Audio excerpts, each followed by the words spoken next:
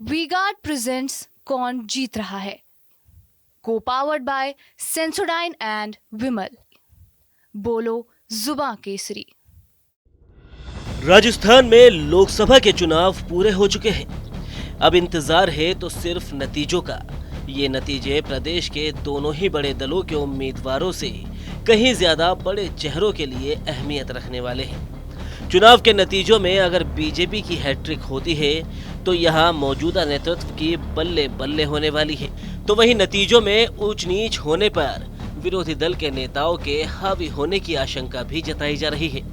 कांग्रेस जो पिछले 2 बार से लोकसभा चुनाव में खाली हाथ है, उसके लिए भी ये नतीजे पार्टी के कई बड़े चेहरों के भविष्य का फैसला करने वाले हैं। इन चेहरों में 2 बड़े नाम हैं, वो है पूर्व मुख्यमंत्री अशोक गहलोत और पूर्व उप मुख्यमंत्री सचिन पायलट।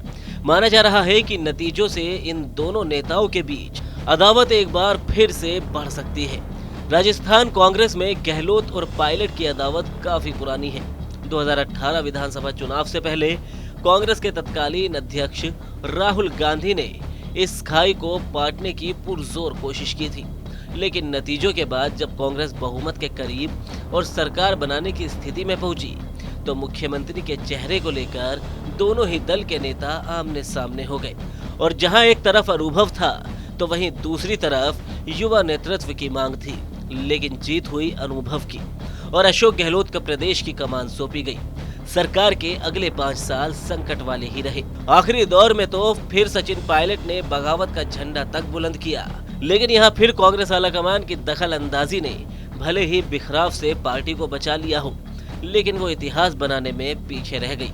अब जब सभी को लोकसभा के नतीजों का इंतजार है तो फिर चर्चा गहलोत वर्सेस सचिन पायलट की अदावत को लेकर होने लगी है। अब इसकी वजह है पूर्व सीएम अशोक गहलोत का अमेठी संसदीय क्षेत्र में एक इंटरव्यू में सचिन पायलट के बयान को बेवकूफी भरा बताना। आपको बता दें कि सचिन पायलट अक्सर अपने इंटरव्यू में ये कहते हुए दिखाई दिए हैं कि अगर उन्हें जालोर में वैभव गहलोत के चुनाव प्रचार के लिए बुलाया जाएगा तो वो जरूर जाएंगे, लेकिन दूसरे चरण के मतदान तक पायलट की कोई सभा जालोर में नहीं हुई। इसको लेकर जब हमारे सहयोगी ने खुद गहलोत से पूछा तो देखिए उन्होंने क्या जवाब दिया। गहलोत साहब, आपको क्या लगता है कि जिस तरह बेनीवाल जी प्रचार में आए, इसी तरह अगर सचिन पायलट भी जालोर सिरोही में आते तो क्या वैभव गहलोत की जीत की संभावनाएं और ज़्यादा बढ़ जाती? नहीं, आते तो अच्छा ही होता है, कोई दिक्कत नहीं है, पर क्योंकि सब व्यस्त है अपने अपने कामों के अंदर। जहाँ जहाँ मांग होती है प्रायोरिटी, एक भी स्टार प्रचारक वाला देता प्रायोरिटी जहाँ उसकी मांग होती है, तो ये इसलिए वो इतने बिजी हो गए होंगे और उन्होंने कहलवाया भी होगा कि भाई मैं तैयार हूँ। तो प्रियंका गांधी जी आई थी ना जी बिल्कुल, उस दिन वो आते साथ में तो कोई दिक्कत नहीं थी। बाकी क्या सभी लोग अपने अपने काम में बिजी है, छोटी मीटिंग होती है, तो छोटी मीटिंग में क्या किसी स्टार प्रचारक को बुलाया हमारे साहब। दरअसल राजस्थान की 25 सीटों के चुनाव प्रचार में जहां अशोक गहलोत अपने बेटे वैभव गहलोत की लोकसभा सीट जालोर सिरोही में प्रचार में व्यस्त थे, तो वहीं सचिन पायलट ने अपने समर्थित नेताओं के लिए प्रचार में पूरी ताकत झोंक रखी थी। पायलट ने दौसा, जयपुर ग्रामीण और टोंक सवाई माधोपुर समेत कई सीटों पर जमकर धुआंधार प्रचार किया। राजनीतिक विशेषज्ञों की माने तो इन सीटों पर बीजेपी पूरी तरह से फंसती हुई नजर आ रही है। ऐसे में अब अगर इन सीटों पर कांग्रेस की जीत हुई तो पायलट की ताकत बढ़ जाएगी। प्रदेश से बाहर भी सचिन पायलट ने लगभग 14 राज्यों में 100 से ज्यादा सभाएं की हैं।